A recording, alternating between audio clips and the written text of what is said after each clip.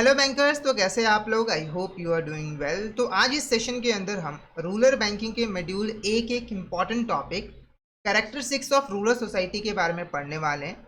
तो आज का सेशन आपके लिए काफ़ी ज़्यादा इंपॉर्टेंट रहने वाला है, तो इस सेशन को आपको शुरू से लेकर एंड तक ज़रूर देखना है। पंचायती राज इंस्टीट्यूशंस, और ये टॉपिक इस चैप्टर का मोस्ट इम्पॉर्टेंट टॉपिक है।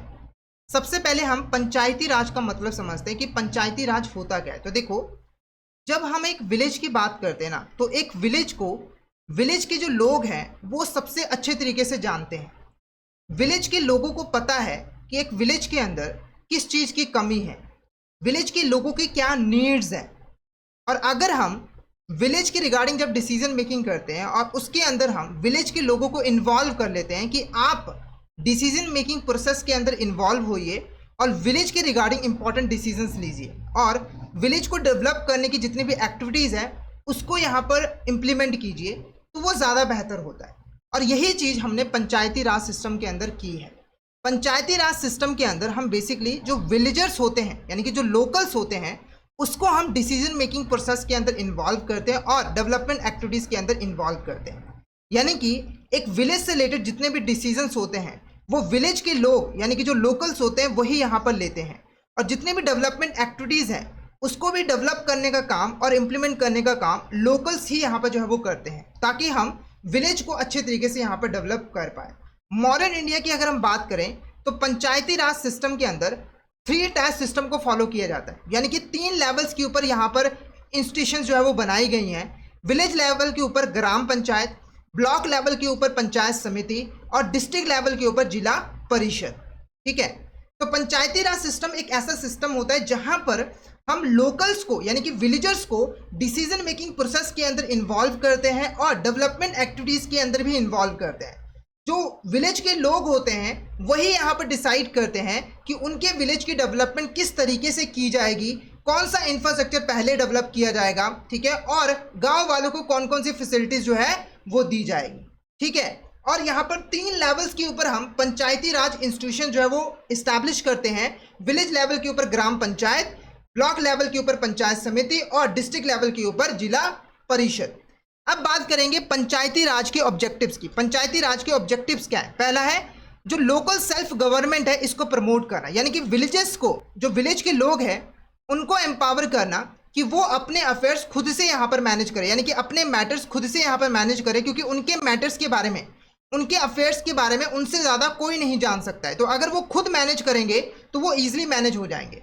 उसके बाद रूरल डेवलपमेंट। ठीक है, तो देखो, जब हम विलेजर्स को यानी कि लोकल्स को प्लानिंग के अंदर इन्वॉल्व कर लेते हैं ना, तो उससे जो डेवलपमेंट प्रोग्राम्स हम बनाते हैं वो काफ़ी अच्छे रहते हैं, क्योंकि इसके अंदर हम लोकल्स की जो नीड्स हैं उसको कंसीडर करके हम प्रोग्राम जो है वो बनाते हैं, तो ये काफ़ी हेल्पफुल रहते हैं। पार्टिसिपेशन को एनकरेज करना ये भी एक इम्पॉर्टेंट ऑब्जेक्टिव था पंचायती राज का, ताकि जो विलेजर्स हैं वो डिसीजन मेकिंग के अंदर पार्टिसिपेट कर पाएँ, और जितने भी यहाँ पर डिसीजंस लिए जाएँ वो लोकल कंडीशंस को देखते हुए ही लिए जाएँ। ग्रास रूट लेवल के ऊपर डेमोक्रेसी को इंश्योर करना ये भी एक इम्पॉर्टेंट ऑब्जेक्टिव था, ताकि रूरल एरियाज़ के अंदर भी डेमोक्रेटिक प्रोसेस को मजबूत बनाया जा सके। तो ये कुछ इंपॉर्टेंट ऑब्जेक्टिव्स थे पंचायती राज के। नेक्स्ट टॉपिक है हमारा यहाँ पर कमिटीज़ ऑन पंचायती राज। तो देखो, समय समय के ऊपर गवर्नमेंट्स ने बहुत सारी कमिटीज़ बनाई। इन कमिटीज़ ने पंचायती राज सिस्टम को स्टडी किया और बहुत सारी रिकमेंडेशन प्रोवाइड की, ताकि इंडिया के अंदर पंचायती राज सिस्टम को मजबूत बनाया जा सके। पहली जो कमेटी है उसका नाम है बलवंत राय मेहता कमेटी। इसको 1957 के अंदर जो है इस्टेब्लिश किया गया था। बलवंत राय मेहता कमेटी ने रेकमेंड किया कि 3 टायर पंचायती राज सिस्टम को इम्प्लीमेंट किया जाना चाहिए। ग्राम पंचायत विलेज लेवल के ऊपर, पंचायत समिति ब्लॉक लेवल के ऊपर और जिला परिषद डिस्ट्रिक्ट लेवल के ऊपर। और आज के टाइम में हमारे देश के अंदर ज़्यादातर स्टेट्स के अंदर 3 टायर पंचायती राज सिस्टम को ही इम्प्लीमेंट किया गया है। साथ के साथ इस कमेटी ने सजेस्ट किया था कि ग्राम पंचायत के जो मेंबर्स हैं उनको डायरेक्टली इलेक्शन के द्वारा जो है वो सिलेक्ट किया जाना चाहिए, और पंचायत समिति और जिला परिषद के जो रिप्रेजेंटेटिव्स हैं इनको ग्राम पंचायत के जो मेंबर्स हैं उनके द्वारा जो है वो इलेक्ट किया जाना चाहिए, यानी कि इनके इलेक्शन नहीं करवाए जाने चाहिए।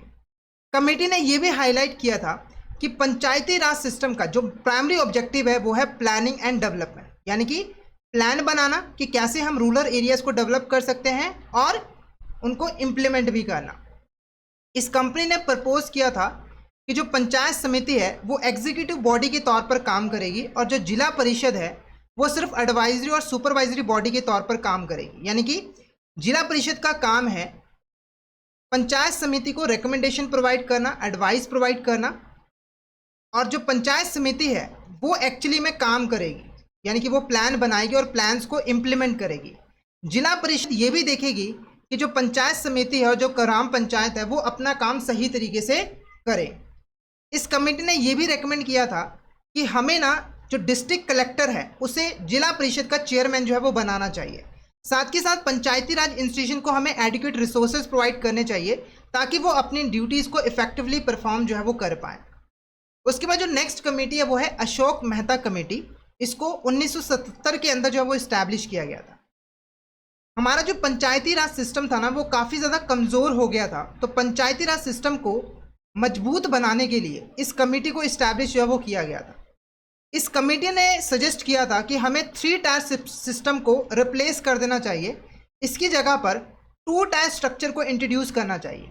जिला परिषद डिस्ट्रिक्ट लेवल के ऊपर और mandal panchayat group of village level के ऊपर, यानी कि हमें ग्राम पंचायत की यहाँ पर ज़रूरत नहीं है। यानी कि 2 लेवल्स के ऊपर ही हम पंचायती राज इंस्टीट्यूशंस को इस्टेब्लिश करेंगे। एक आपका डिस्ट्रिक्ट लेवल के ऊपर जो कि जिला परिषद है और एक आपका ब्लॉक लेवल के ऊपर जो कि मंडल पंचायत है। ठीक है, उसके बाद जो डिस्ट्रिक्ट लेवल है यानी कि जो जिला परिषद है वो फर्स्ट सुपरवाइजरी लेवल होगा स्टेट के बाद। यानी कि स्टेट के बाद ये जो जिला परिषद है उसकी रिस्पॉन्सिबिलिटी बनेगी कि वो यहाँ पर डिस्ट्रिक्ट की एक्टिविटीज़ को सुपरवाइज करे, मॉनिटर करे और इंश्योर करे कि डिस्ट्रिक्ट की डेवलपमेंट सही तरीके से की जाए। जिला परिषद जो है वो एग्जीक्यूटिव बॉडी के तौर पर काम करेगी, यानी कि प्लान्स बनाएगी और प्लान्स को इम्प्लीमेंट भी करेगी। ठीक है, ताकि डिस्ट्रिक्ट लेवल के ऊपर इम्प्रूवमेंट की जा सके, डेवलपमेंट की जा सके। ओके, उसके बाद इस कमेटी ने बोला कि हमें ना पंचायती राज सिस्टम को टैक्सेस लेवी करने की पावर देनी चाहिए ताकि वो अपने रिसोर्सेस खुद इकट्ठा कर सके, उसे स्टेट के ऊपर डिपेंडेंट ना रहना पड़े। उसके बाद जो नेक्स्ट कमेटी है वो है GVK राव कमेटी। उसको 1985 के अंदर जो है वो इस्टेब्लिश किया गया था। इस कमेटी ने रेकमेंड किया था कि जो जिला परिषद है ना उसे यहाँ पर प्रिंसिपल बॉडी जो है वो बनानी चाहिए जो कि यहाँ पर डिस्ट्रिक्ट लेवल के ऊपर डेवलपमेंट प्रोग्राम्स को मैनेज करेगी और मॉनिटर करेगी। कहने का मतलब ये है कि जिला परिषद मेन बॉडी होगी जो कि डिस्ट्रिक्ट लेवल के ऊपर डेवलपमेंट एक्टिविटीज़ को प्लान करेगी और इम्प्लीमेंट करेगी, डिफरेंट स्कीम्स को जो है वो इम्प्लीमेंट करेगी। ठीक है, उसके बाद जो डिस्ट्रिक्ट और लोअर लेवल की जो पंचायती राज इंस्टीट्यूशंस हैं उनके स्पेसिफिक रोल्स होंगे प्लानिंग, इम्प्लीमेंटिंग और मॉनिटरिंग के अंदर। यानी कि हर लोअर लेवल की जो पंचायती राज इंस्टीट्यूशन है उसको एक स्पेसिफिक काम जो है वो दिया जाएगा, स्पेसिफिक रोल जो है वो दिया जाएगा प्लानिंग, इम्प्लीमेंटिंग और मॉनिटरिंग के अंदर। यानी कि एक बॉडी सारे काम जो है वो नहीं कर सकती है। इस कमेटी ने यह भी रेकमेंड किया था कि हमें यहाँ पर डिस्ट्रिक्ट डेवलपमेंट कमिश्नर की एक नई पोस्ट जो है वो क्रिएट करनी चाहिए ताकि ये एक चीफ एग्जीक्यूटिव ऑफिसर के तौर पर काम कर सके जिला परिषद के लिए। ठीक है, और इस कमेटी ने यह भी बोला था कि हर पंचायत राज लेवल के ऊपर हमें यहाँ पर इलेक्शंस करवाने चाहिए ताकि हम इंश्योर कर पाए कि ये जो पंचायती राज इंस्टीट्यूशंस हैं ये डेमोक्रेटिक तौर पे जो है वो फंक्शन परफॉर्म कर पा रहे। ठीक है, तो जैसे पहली कमेटी ने क्या बोला था कि सिर्फ हमें ग्राम पंचायत की इलेक्शन करवानी चाहिए, इस कमेटी ने बोला कि हमें सभी की इलेक्शन जो है वो करवानी चाहिए। ठीक है, किसी को भी इनडायरेक्ट तरीके से इलेक्ट करने की जरूरत नहीं है, डायरेक्ट इलेक्शन करवाई जाए। क्लियर है। नेक्स्ट कमेटी की बात करेंगे वो है LM सिंघवी कमेटी। 1986 में इसको इस्टेब्लिश किया गया था। ठीक है, और इस कमेटी ने रेकमेंड किया था कि पंचायती राज इंस्टीट्यूशन को ना हमें कॉन्स्टिट्यूशनली रिकॉग्नाइज करना चाहिए, यानी कि कॉन्स्टिट्यूशन के अंदर भी पंचायती राज को इंक्लूड करना चाहिए। ठीक है, ताकि पंचायती राज सिस्टम और ज़्यादा मजबूत जो है वो हो जाए। साथ ही साथ कमेटी ने यह भी बोला था कि हमें यहाँ पर फेयर इलेक्शंस करवानी चाहिए हर लेवल के ऊपर। ठीक है, ताकि जो आपके विलेजर्स हैं, जो लोग हैं, उनके द्वारा सिलेक्ट किए गए रिप्रेजेंटेटिव ही पंचायती राज इंस्टीट्यूशंस के मेंबर बन सके। ठीक है, कमेटी ने विलेजेस को भी रीऑर्गेनाइज करने की बात कही थी ताकि जो ग्राम पंचायत है उसको मोर व्याबल और स्ट्रेस बनाया जा सके, यानी कि उनको स्ट्रांग बनाया जा सके। ठीक है, साथ के साथ विलेज पंचायत के पास एडिक्वेट फाइनेंशियल रिसोर्सेज होने की बात भी कही गई थी कि इनके पास एडिक्वेट फाइनेंशियल रिसोर्सेज होने चाहिए ताकि ये अपने एक्टिविटीज़ को अच्छे तरीके से परफॉर्म कर पाए। इस कमेटी ने यह भी बोला था कि हमें एक जुडिशनल ट्रिब्यूनल इस्टेब्लिश करनी चाहिए हर स्टेट के अंदर, ताकि पंचायती राज इलेक्शंस और फंक्शन से रिलेटेड जो भी डिस्प्यूट हो उसको हम इस ट्रिब्यूनल के द्वारा रिजॉल्व कर पाएँ, सुलझा पाएँ। तो ये कोर्ट के तौर पर जो है वो काम करती थी, जो कि इन डिस्प्यूट को रिजॉल्व करती थी, इन डिस्प्यूट के रिगार्डिंग फैसला सुनाती थी। नेक्स्ट टॉपिक है हमारा यहाँ पर कॉन्स्टिट्यूशनल अमेंडमेंट एक्ट 1992। ठीक है, तो देखो हमारा जो भारत का संविधान है उसके अंदर 73वां संविधान जो है वो किया गया था 1992 के अंदर। ठीक है, और इस अमेंडमेंट के थ्रू पंचायती राज इंस्टीट्यूशन को कॉन्स्टिट्यूशनल स्टेटस प्रोवाइड कर दिया गया था, यानी कि पंचायती राज इंस्टीट्यूशन को अब से कॉन्स्टिट्यूशन के अंदर इंक्लूड जो है वो कर लिया गया था। कॉन्स्टिट्यूशन के अंदर एक नया पार्ट 11 ऐड किया गया था पंचायत के लिए, और एक 11th शेड्यूल भी ऐड किया गया था जिसके अंदर 29 फंक्शनल एरियाज दिए हुए थे, जिस एरियाज के अंदर पंचायती राज इंस्टीट्यूशन जो है वो काम करेंगे। ठीक है, यानी कि 29 फंक्शंस दिए गए थे जो कि पंचायती राज इंस्टीट्यूशन जो है वो परफॉर्म करेंगे विलेज लेवल के ऊपर, डिस्ट्रिक्ट लेवल के ऊपर और ब्लॉक लेवल के ऊपर। ठीक है, जैसे ये एक्ट पास किया गया तो पंचायती राज इंस्टीट्यूशन कंपल्सरी हो गया, क्योंकि इसको कॉन्स्टिट्यूशन के जुडिशियल पार्ट के अंदर इंक्लूड कर लिया गया था, जिसकी वजह से अब जो स्टेट्स हैं उनको कंपल्सरी अपनी स्टेट्स के अंदर, विलेजेस के अंदर पंचायती राज इंस्टीट्यूशन को इस्टेब्लिश करना पड़ता है। ठीक है, साथ के साथ कॉन्स्टिट्यूशन के अंदर इंक्लूड करने की वजह से पंचायत की जो इलेक्शन है उनको भी इंडिपेंडेंटली परफॉर्म किया जाने लगा, और स्टेट गवर्नमेंट का इन्फ्लुएंस जो है वो कम कर दिया गया, ताकि इंडिपेंडेंट लेवल के ऊपर इलेक्शन जो है वो करवाई जा सके और स्टेट की जो गवर्नमेंट है वो कोई भी भेदभाव या फिर इंटरफेयर जो है वो ना कर पाए। ठीक है, इस एक्ट के अंदर कुछ कंपल्सरी प्रोविजंस हैं जो कि स्टेट्स को माननी ही पड़ती हैं, अडॉप्ट करनी ही पड़ती है। कुछ वॉलंटरी प्रोविजंस भी हैं जो कि स्टेट गवर्नमेंट अपनी मर्जी से अडॉप्ट कर भी सकती है और अडॉप्ट करने से मना भी कर सकती है। ठीक है, अब बात करेंगे salient features of 73 amendment act. ठीक है, जो ये जो अमेंडमेंट एक्ट है 1992 के अंदर जो पास किया गया था, अब इसके कुछ इंपॉर्टेंट फीचर्स की हम जो है बात करेंगे। पहला फीचर है ग्राम सभा। देखो, ग्राम सभा बेसिकली विलेज की यानी कि गांव की असेंबली होती है, जैसे कि स्टेट की एक असेंबली होती है, ठीक है, राज्यसभा, और सेंटर की भी एक असेंबली होती है, लोकसभा। ऐसे ही विलेज की जो असेंबली होती है जहां पर मेंबर्स साथ में बैठकर डिस्कशन करते हैं ऑल मैटर्स के ऊपर और डिसीजंस लिए जाते हैं, वो असेंबली ग्राम सभा जो है वो कहलाती है। ठीक है, तो पंचायत एरिया के अंदर जितने भी रजिस्टर्ड वोटर्स हैं वो ग्राम सभा के पार्ट जो है वो होते हैं। ठीक है, अब ये जो ग्राम सभा है वो कैसे काम करेगी, इसके पास क्या पावर्स हैं, ठीक है, इनको कौन से फंक्शंस परफॉर्म करने हैं, इसको स्टेट लेजिस्लेचर के द्वारा जो है वो डिटरमाइन किया जाता है। तो ग्राम सभा क्या है, ये विलेज की असेंबली है जहां पर बैठकर जो ग्राम पंचायत के मेंबर्स होते हैं वो इंपॉर्टेंट मैटर्स के ऊपर डिस्कशन लेते हैं और इंपॉर्टेंट डिसीजंस लिए जाते हैं। हमारे देश के अंदर जो पंचायती राज सिस्टम है वो 3 टायर है। विलेज लेवल के ऊपर ग्राम पंचायत, इंटरमीडिएट ब्लॉक लेवल के ऊपर पंचायत समिति और डिस्ट्रिक्ट लेवल के ऊपर जिला परिषद। ठीक है, हालांकि अगर किसी स्टेट की पॉपुलेशन 20 लाख से कम है तो वहां पर इंटरमीडिएट लेवल जो है वो नहीं होता है। ठीक है, यानी कि वहां पर पंचायत समिति नहीं होती, वहां पर सिर्फ ग्राम पंचायत होता है और जिला परिषद होता है। ठीक है, इलेक्शन की अगर हम बात करें तो देखो जितने भी यहाँ पर मेंबर्स है पंचायती राज के, उनको डायरेक्टली इलेक्शन के द्वारा जो है वो सिलेक्ट किया जाता है, पर इंटरमीडिएट और डिस्ट्रिक्ट लेवल की जो पंचायती राज इंस्टीट्यूशंस हैं उनके जो चेयरपर्सन है उनको इनडायरेक्टली जो है वो इलेक्ट किया जाता है, सिलेक्ट किया जाता है। ठीक है, सिंपल भाषा में समझाऊं तो देखो पंचायती राज इंस्टीट्यूशंस जो हैं तीनों लेवल्स के ऊपर, ग्राम पंचायत, पंचायत समिति और जिला परिषद, इसके जो मेंबर्स होंगे इनको डायरेक्टली इलेक्शन के द्वारा चूज किया जाएगा, पर इसके जो चेयरपर्सन है इनको इनडायरेक्टली चूज किया जाएगा पंचायती राज इंस्टीट्यूशंस के मेंबर्स के द्वारा। क्लियर है, कोई डाउट है पूछ सकते हो। ठीक है, जैसे एग्जांपल के लिए जब अब पीएम के इलेक्शन होते हैं, ठीक है, तो देखो जो लोकसभा के मेंबर हैं, मेंबर ऑफ पार्लियामेंट, उसको हम सिलेक्ट करते हैं डायरेक्टली इलेक्शन के द्वारा। ठीक है, तो यहाँ पर जो पंचायती राज इंस्टीट्यूशन है उनके जो मेंबर हैं उनको इलेक्शन के द्वारा हम सिलेक्ट करेंगे, और जो पीएम है यानी कि जो हेड होगा उसको एमपीज मिलकर सिलेक्ट करते हैं। तो ऐसे ही इन पंचायती राज इंस्टीट्यूशन के जो हेड होंगे इनको मेंबर्स मिलकर जो है वो सिलेक्ट करेंगे। ठीक है, यानी कि इनको इनडायरेक्टली चूज किया जाएगा। तो आई होप आपको ये अच्छी तरीके से क्लियर हो गया होगा। नेक्स्ट बात करेंगे रिजर्वेशन ऑफ सीट्स की। तो देखो शेड्यूल कास्ट, शेड्यूल ट्राइब्स के लिए उनके पॉपुलेशन के हिसाब से कुछ सीट्स यहाँ पर जो है वो रिजर्व करके रखी गई हैं, यानी कि इन कास्ट के जो लोग होते हैं इनको कंपल्सरी मेंबरशिप दी जाती है पंचायती राज इंस्टीट्यूशंस के अंदर तीनों लेवल के ऊपर, ठीक है। अगर हम वुमेन्स की बात करें तो जो टोटल सीट्स हैं उसका 1/3 वुमेन्स के लिए रिजर्व करके रखा गया होता है। अगर मान के चलिए पंचायती राज इंस्टीट्यूशन के अंदर 3 सीट्स हैं तो 1 सीट मिनिमम वुमेन के लिए रिजर्व करके रखी गई है। चेयरपर्सन पोजीशन के अंदर भी 1/3 वुमेन के लिए रिजर्व करके रखा गया है। अगर 3 यहाँ पर चेयरपर्सन तो उसमें से 1 वुमेन जो है वो होनी कंपलसरी है।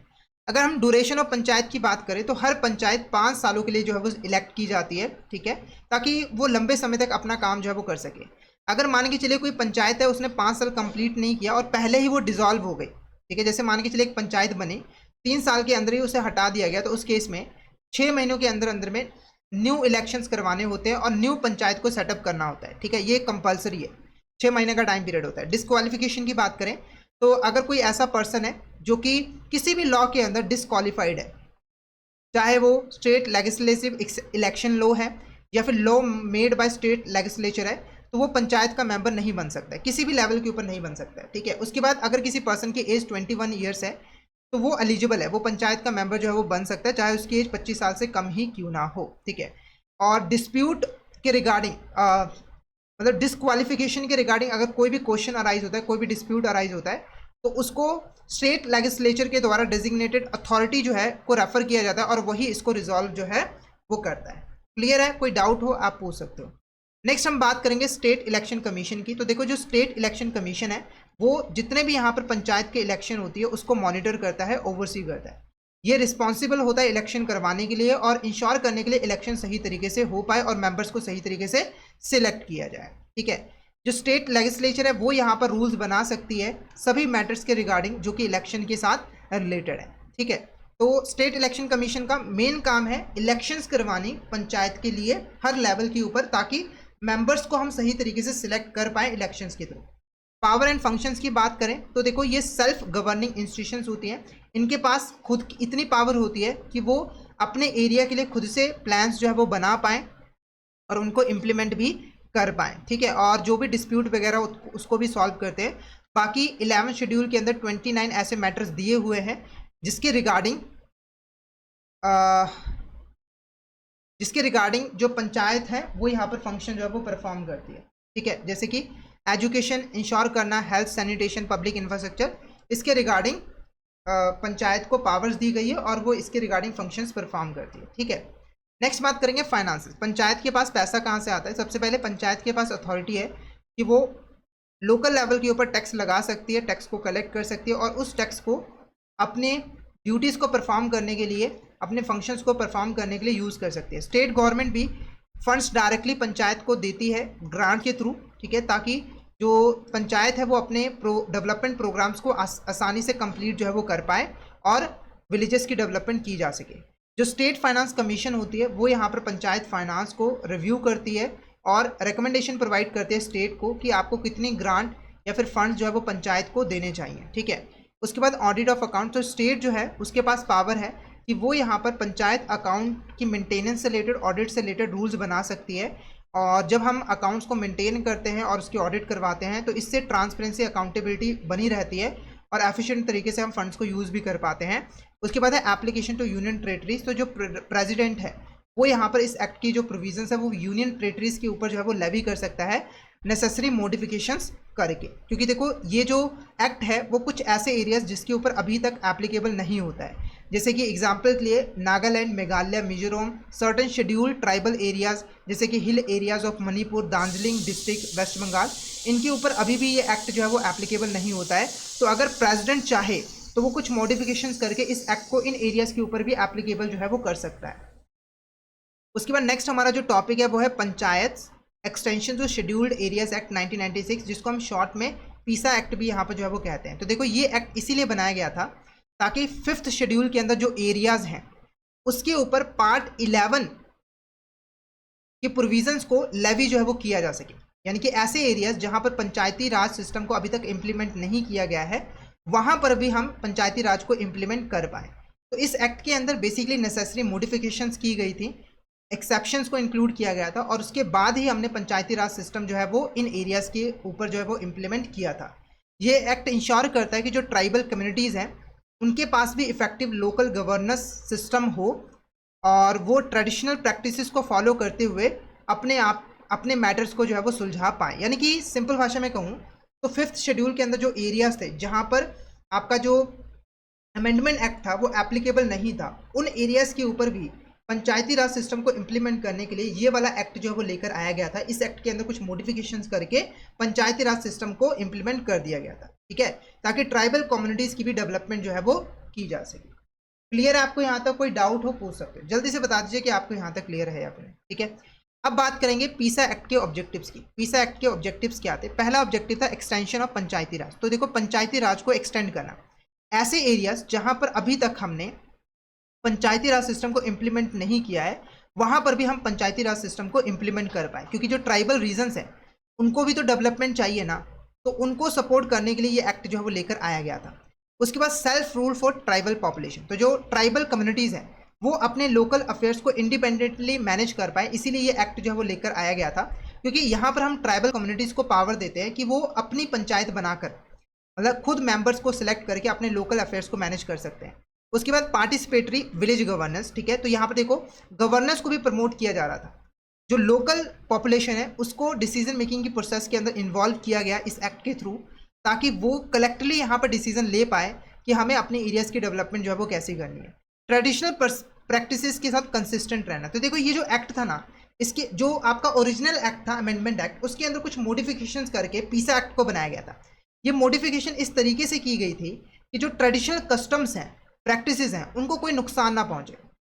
तो पंचायती राज सिस्टम को इंप्लीमेंट भी कर दिया जाए और ट्रेडिशनल कस्टम और प्रैक्टिसेस वो भी वैसे के वैसे रहे, उसको किसी भी तरह का नुकसान ना हो, ये भी एक ऑब्जेक्टिव था, ठीक है।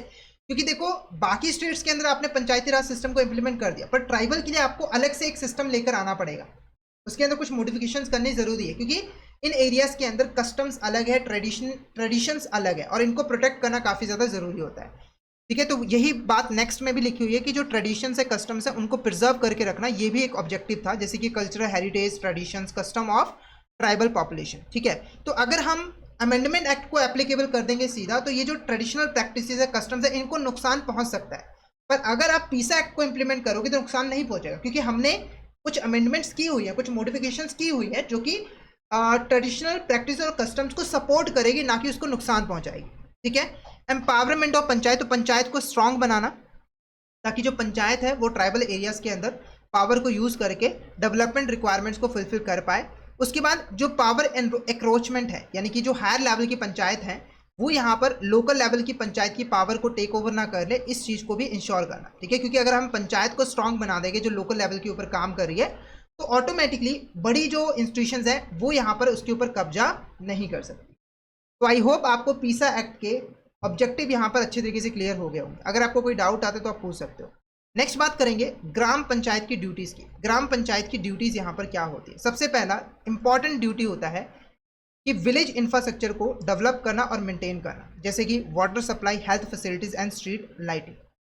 साथ ही साथ जो प्राइमरी स्कूल्स हैं, है ना, उसको भी सुपरवाइज करने का काम ग्राम पंचायत का होता है, और वेलफेयर करना बैकवर्ड एरियाज़ की, लोकल स्टैटिस्टिक्स को मेंटेन करना, ये भी ड्यूटी ग्राम पंचायत की होती है। देखो, ग्राम पंचायत का काम होता है विलेज को मैनेज करना, बस। अब विलेज को मैनेज करने का मतलब है उसके इंफ्रास्ट्रक्चर को मैनेज करना, उसके इंफ्रास्ट्रक्चर को डेवलप करना, जो स्कूल्स हैं उसको मैनेज करना और उनको सुपरवाइज करना, और इंश्योर करना कि एजुकेशन अच्छे तरीके से प्रोवाइड की जाए, हेल्थ फैसिलिटीज़ अच्छे तरीके से प्रोवाइड की जाए, जो बैकवर्ड क्लासेज है उनको प्रॉपर अपॉर्चुनिटी जो है वो प्रोवाइड की जाए। तो ये कुछ यहाँ पे ड्यूटीज़ होती है ग्राम पंचायत की। उसके बाद बात करेंगे पंचायत समिति की। इनकी क्या क्या ड्यूटी होती है? देखो, पंचायत समिति ब्लॉक लेवल यानी कि तालुका लेवल के ऊपर ऑपरेट करती है, ठीक है। यानी कि ये ग्रुप ऑफ विलेजेस को मैनेज करने का काम करती है, ठीक है। ग्राम पंचायत एक विलेज को मैनेज करती है, जो पंचायत समिति होती है वो एक से ज़्यादा विलेजेस को एक साथ मैनेज करते हैं, ग्रुप ऑफ विलेज को मैनेज करते हैं। तो एक ब्लॉक के अंदर जितने भी विलेजेस होते हैं उन सभी को मैनेज करने का काम, उससे उसके इंफ्रास्ट्रक्चर को मैनेज करने का काम, education facilities, health care facilities को मैनेज करने का काम पंचायत समिति का होता है, ठीक है। इसके मेंबर्स की बात करें तो इसके अंदर sarpanch, ex officio, local MP, MLA, MLC और को opted representatives of women, scheduled caste and tribes जो है होते हैं, और म्यूनसिपालिटीज़ और कॉर्पोरेटिव्स के भी रिप्रेजेंटेटिव इसके मेंबर होते हैं। उसके बाद जो समिति होती है, ठीक है, वो कमेटीज़ के थ्रू जो है वो काम करती है, ठीक है। जैसे कि प्रोडक्शन प्रोग्राम रन करती है, सोशल वेलफेयर के प्रोग्राम रन करती है, कॉटेज इंडस्ट्रीज को सपोर्ट करती है, एजुकेशन को सपोर्ट करती है, रूरल वाटर सप्लाई को डेवलप करती है, हेल्थ सैनिटेशन की फैसिलिटीज़ प्रोवाइड करती है। पंचायत समिति के पास अपने रिसोर्सेज नहीं होते, फाइनेंशियल रिसोर्सेज नहीं होते हैं, बल्कि ये रिसोर्सेज जो है वो मेनली लैंड में से कमाती है, लोकल सेस से कमाती है, ठीक है। प्रॉपर्टी को जब ट्रांसफ़र किया जाता है तो उसके ऊपर जो ड्यूटी चार्ज किया जाता है उससे कमाती है, ठीक है। और बाकी स्टेट गवर्नमेंट्स इसको कम्युनिटी डेवलपमेंट ग्रांट्स भी जो है वो प्रोवाइड करती है, ठीक है। और जिला परिषद भी इसको फंड्स जो है वो प्रोवाइड करती है, उससे ये अपने फंक्शंस को परफॉर्म करती है। यानी कि स्टेट गवर्नमेंट जिला परिषद को फंड देती है, फिर जिला परिषद जो है पंचायत समिति को फंड जो है वो प्रोवाइड करती है। नेक्स्ट बात करेंगे जिला परिषद की, ठीक है। ये डिस्ट्रिक्ट लेवल बॉडी है, डिस्ट्रिक्ट लेवल के ऊपर जो है ये काम करती है, ठीक है। सबसे पहले हम जिला परिषद की बात करें तो पंचायती राज सिस्टम की ये टॉप इंस्टीट्यूशन जो है वो होती है, ठीक है। जो पंचायत समिति होते हैं ना, उसके जो प्रेसिडेंट होते हैं, जो local MP, MLA, MLC, co-opted representatives of women, scheduled caste and tribes, representative of cooperatives and municipalities, ये जो है जिला परिषद के मेंबर्स होते हैं, ठीक है। अगर हम इसके फंक्शंस की बात करें ना, तो इसका मेन फंक्शन होता है कि डिस्ट्रिक्ट लेवल के ऊपर, ठीक है, डिस्ट्रिक्ट लेवल के ऊपर जो डेवलपमेंट एक्टिविटीज़ है उसको परफॉर्म करना, जैसे कि minor irrigation, vocational school, sanitations, village industry. जिला परिषद जो है ग्राम पंचायत और पंचायत समिति को एडवाइस प्रोवाइड करने का भी काम करती है, असिस्टेंट प्रोवाइड करने का भी काम करती है, ताकि ग्राम पंचायत और पंचायत समिति अपना काम सही तरीके से कर सके। और ये बेसिकली स्टेट गवर्नमेंट और लोकल बॉडीज़ के बीच में एक लिंक के तौर पर भी काम करती है। ये स्टेट गवर्नमेंट को लोकल बॉडीज़ के बारे में बताती है, उनकी रिक्वायरमेंट्स के बारे में बताती है। तो स्टेट गवर्नमेंट जो है वो जिला परिषद को फंड्स प्रोवाइड करती है, फिर जिला परिषद इन लोकल बॉडीज़ को फंड्स जो है वो ट्रांसफ़र करती है। तो स्टेट गवर्नमेंट लोकल बॉडीज़ के बीच में एक लिंक के तौर पर काम भी करती है जिला परिषद। साथ के साथ जो यहाँ पर इकोनॉमिक प्लान्स है, इनको इम्प्लीमेंट करने का काम भी जिला परिषद करती है। जिला परिषद जो है अपने काम को किसी ऑफिसर जैसे कि चीफ एग्जीक्यूटिव ऑफिसर को भी ट्रांसफ़र कर सकती है, डेलीगेट कर सकती है। इसके पास अथॉरिटी होती है कि ये पेनल्टी को इम्पोज कर सके, प्रॉपर्टी को एक्वायर कर सके और कॉन्ट्रैक्ट्स के अंदर भी एंटर कर सके, और डेवलपमेंट प्रोजेक्ट्स को भी ये कैरी आउट कर सकती है। तो ये कुछ इंपॉर्टेंट फंक्शंस हैं जिला परिषद के। उसके बाद है finances of Panchayati Raj bodies. तो पंचायती राज बॉडीज़ को फाइनेंस कहाँ से मिलता है? सबसे पहले देखो, पंचायती राज इंस्टीट्यूशन जो है वो टैक्सेस लगा सकती है, ठीक है, उससे उसके पास पैसा आता है। साथ के साथ जो आपकी स्टेट गवर्नमेंट्स होती हैं वो ग्रांट्स भी प्रोवाइड कर देती है पंचायती राज इंस्टीट्यूशंस को, जिससे उनके पास फंड्स जो है वो आते हैं। तो दो सोर्सेज हैं, एक तो टैक्स से पैसा कमा लो, दूसरा ग्रांट्स की फॉर्म में स्टेट गवर्नमेंट से पैसा ले लो। ये दो सोर्सेज होते हैं पंचायती राज इंस्टीट्यूशन के पास फंड्स के, जिससे वो फंड रेजिंग कर पाती है और अपनी डेवलपमेंट एक्टिविटीज़ को परफॉर्म कर पाती है। क्लियर है? कोई डाउट हो पूछ सकते हो, जल्दी से बता दीजिए कि आपको यहाँ तक क्लियर है या फिर ऑल इज क्लियर। नेक्स्ट हमारा टॉपिक है राष्ट्रीय ग्राम स्वराज अभियान। इस अभियान को 24 अप्रैल 2018 को लॉन्च किया गया था प्राइम मिनिस्टर के द्वारा। इस अभियान का मेन फोकस था पार्टिसिपेटरी प्लानिंग के ऊपर, टेक्नोलॉजी यूज़ के ऊपर और रिसोर्स को सही तरीके से यूटिलाइज करने के ऊपर। इसकी अगर हम ऑब्जेक्टिव्स की बात करें तो पहला इंपॉर्टेंट ऑब्जेक्टिव था कि जो पंचायत है और ग्राम सभा है उसकी कैपेसिटी को इन्हांस करना। इसके लिए इस अभियान ने कोशिश की कि पंचायत की जो एफिशिएंसी है, नॉलेज है, ऑपरेशनल स्किल्स है, उसको मजबूत बनाया जाए। साथ के साथ डेमोक्रेटिक डिसीजन मेकिंग को प्रमोट करना, ये भी एक इम्पॉर्टेंट ऑब्जेक्टिव था, ताकि जो डिसीजंस है उसके अंदर ट्रांसपेरेंसी को इनेबल किया जा सके, अकाउंटेबिलिटी को प्रमोट किया जा सके, और पंचायत के जितने भी डिसीजंस हैं उनके अंदर सिटीजन्स का एक्टिव पार्टिसिपेशन करवाया जा सके। साथ के साथ जो इंस्टीट्यूशनल नॉलेज है उसको भी मजबूत बनाना, ये एक और इम्पॉर्टेंट ऑब्जेक्टिव था। इसके लिए यहाँ पर ट्रेनिंग प्रोग्राम जो है वो बनाएंगे, ताकि जो पंचायत है उनको ट्रेनिंग प्रोवाइड करके उनकी स्किल्स को इम्प्रूव किया जाए और उनकी कैपेसिटी को डेवलप किया जाए। पावर्स को डिवॉल्व किया गया, इंश्योर किया गया जो पंचायत है उसके पास वही पावर्स और रिस्पॉन्सिबिलिटीज़ हो जो कि कॉन्स्टिट्यूशन के अंदर दी गई हैं, ताकि जो पंचायत है वो कॉन्स्टिट्यूशन के अकॉर्डिंग ही काम कर सके। साथ के साथ ऐसे एरियाज जहाँ पर लोकल सेल्फ गवर्नमेंट अभी तक इस्टेब्लिश नहीं हुए हैं, उन एरियाज़ के अंदर भी पंचायती राज सिस्टम को इम्प्लीमेंट करना, ताकि वहाँ पर भी सेल्फ गवर्नमेंट सिस्टम को इम्प्लीमेंट किया जा सके। नेक्स्ट टॉपिक है हमारा मिशन अंत्योदय। इसको 2017 और 18 के अंदर गवर्नमेंट ऑफ इंडिया के द्वारा लॉन्च किया गया था। इस मिशन का जो मेन ऑब्जेक्टिव था वो यही था कि जो 50,000 ग्राम पंचायत है उनको पॉवर्टी फ्री बनाया जाए, यानी कि इन ग्राम पंचायत के अंदर जो लोग रह रहे थे, टोटल 1 करोड़ लोग, उनको गरीबी से निकाला जाए, यही ऑब्जेक्टिव था इस मिशन का। साथ के साथ इसको इसीलिए डिज़ाइन किया गया था और इम्प्लीमेंट किया गया था ताकि जो मिशन अंत्योदय है और राष्ट्रीय ग्राम स्वराज अभियान है उसके एफर्ट्स को अलाइन किया जा सके और इंश्योर किया जा सके कि दोनों मिशन और अभियान जो है वो साथ में मिलकर काम करे ताकि ग्राम पंचायत और रूरल पॉपुलेशन को ज़्यादा से ज़्यादा बेनिफिट जो है वो मिल सके। नेक्स्ट टॉपिक है हमारे यहाँ पर national institute for rural development and panchayati raj. ठीक है, तो देखो ये एक ऐसी ऑर्गेनाइजेशन थी जिसका मेन काम था हमारे देश के अंदर रूरल एरियाज की डेवलपमेंट करना और पंचायती राज की डेवलपमेंट करना। ये बेसिकली एक तरीके से ट्रेनिंग इंस्टीट्यूशन थी जिसका काम था रूरल पॉपुलेशन को ट्रेनिंग प्रोवाइड करना और पंचायती राज को भी ट्रेनिंग प्रोवाइड करना। ठीक है, अगर हम इसके फंक्शंस की बात करें तो ये ट्रेनिंग प्रोवाइड करती थी पंचायती राज इंस्टीट्यूशन को ताकि उनकी कैपेसिटी को बिल्ड किया जा सके, इन्हांस किया जा सके। तो ये बहुत सारे ट्रेनिंग प्रोग्राम को ऑर्गेनाइज करती थी, वर्कशॉप, सेमिनार, कॉन्फ्रेंसेस। ठीक है, ताकि इसके थ्रू हम development managers, elected representatives, banker, NGOs को ट्रेनिंग प्रोवाइड कर पाए, उनकी कैपेसिटी को इन्हांस कर पाएँ ताकि वो साथ में मिलकर रूरल एरियाज़ की डेवलपमेंट के लिए काम कर पाएँ। उसके बाद रिसर्च एंड एनालिसिस करना ये एक इंपॉर्टेंट ऑब्जेक्टिव था। तो जितने भी यहाँ पर रूरल डेवलपमेंट के प्रोग्राम्स चल रहे थे उसको स्टडी करने का काम, उसके ऊपर रिसर्च करने का काम भी इसी ऑर्गेनाइजेशन का था ताकि रिसर्च करने के बाद इसको जो भी रिजल्ट मिले उसके बारे में ये पंचायती राज इंस्टीट्यूशंस और जो आपकी गवर्नमेंट है उसको बता सके ताकि जो पंचायती राज इंस्टीट्यूशंस है वो भी अपना काम सही तरीके से करें और जो गवर्नमेंट है वो भी अपना काम सही तरीके से करे। कहने का मतलब क्या था कि जो पंचायती राज इंस्टीट्यूशंस है वो कैसे काम कर रही हैं और जो रूरल डेवलपमेंट प्रोग्राम्स है वो कैसे काम कर रहे हैं उसको रिसर्च करना और उसको स्टडी करना ये भी एक इम्पॉर्टेंट फंक्शन था इस ऑर्गेनाइजेशन का। उसके बाद सपोर्ट करना और एडवाइसेस प्रोवाइड करना। तो ये देखो ये जो ऑर्गेनाइजेशन थी ना वो मिनिस्ट्री ऑफ रूरल डेवलपमेंट के थिंक टैंक के तौर पर काम करती थी। यानी कि ये जो ऑर्गेनाइजेशन है वो मिनिस्ट्री ऑफ रूरल डेवलपमेंट के लिए सोचने का काम करती थी और उसको एडवाइस प्रोवाइड करती थी ताकि ये जो मिनिस्ट्री है वो यहाँ पर अच्छी अच्छी पॉलिसीज़ बना पाएँ, स्ट्रैटजीज बना पाएँ ताकि रूरल एरियाज़ की डेवलपमेंट की जा सके।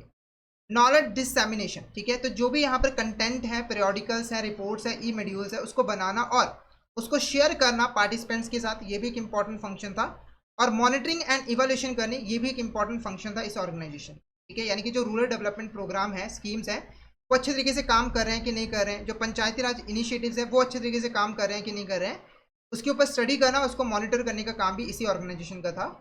अब मैं आपको हमारे कोर्स के बारे में बता देता हूं। तो हमारे पास रूरल बैंकिंग का फुल कोर्स अवेलेबल है। इस कोर्स के अंदर आपको 30+ इंटरेक्टिव वीडियो सेशंस मिल जाते हैं, AI powered rural banking complete mock test मिल जाते हैं, PDF नोट्स मिल जाते हैं रिकॉर्डेड वीडियोस के क्विक रिवीजन के लिए, और रिकॉर्डेड वीडियोस का 24/7 एक्सेस आपको मिलता है जिससे आप कभी भी अपनी प्रिपरेशन जो है वो कर सकते हो। और रिवीजन के लिए क्लास नोट्स भी आपको मिल जाते हैं। प्रीवियस ईयर क्वेश्चंस के ऊपर आपको स्पेशल सेशंस मिल जाते हैं जिससे आपको एग्जाम का पैटर्न अच्छे तरीके से समझ आ जाता है। तो हमारा कोर्स आपके लिए बेस्ट कोर्स रहेगा। इस कोर्स से आपकी कॉन्सेप्चुअल क्लैरिटी भी होगी, प्रैक्टिस के लिए आपको मॉक टेस्ट में मिलेंगे और रिवीजन के लिए PDF नोट्स भी मिल जाएंगे। तो जल्दी से हमारे कोर्स में एनरोल कर लीजिए। हमारे कोर्सेज को एनरोल करने के लिए गाइडली ऐप को डाउनलोड कर लीजिए। यहाँ पर आपको हमारे सारे कोर्सेज जो है वो मिल जाएंगे। साथ के साथ टेलीग्राम चैनल को भी ज़रूर फॉलो कर लीजिएगा क्योंकि हम इसमें एग्जाम से रिलेटेड, क्लासेस से रिलेटेड जितने भी इंपॉर्टेंट अपडेट्स हैं वो डालते रहते हैं। और अगर आपकी भी कोई क्वेरी होती है तो आप इस चैनल पे हमें मैसेज कर सकते हो। और YouTube चैनल को भी ज़रूर सब्सक्राइब कर लीजिएगा ताकि लाइव क्लासेस के नोटिफिकेशन आपको सबसे पहले मिल सके और आपसे कोई भी इंपॉर्टेंट क्लास जो है वो मिस ना हो। और आज की क्लास आपको कैसी लगी इसके रिगार्डिंग एक फीडबैक भी ज़रूर प्रोवाइड कर देना। तो कमेंट बॉक्स में मैसेज करके ज़रूर बता देना कि आज की क्लास आपको कैसी लगी। तो आज के लिए इतना ही, मिलते हैं नेक्स्ट क्लास में। Thank you so much everyone.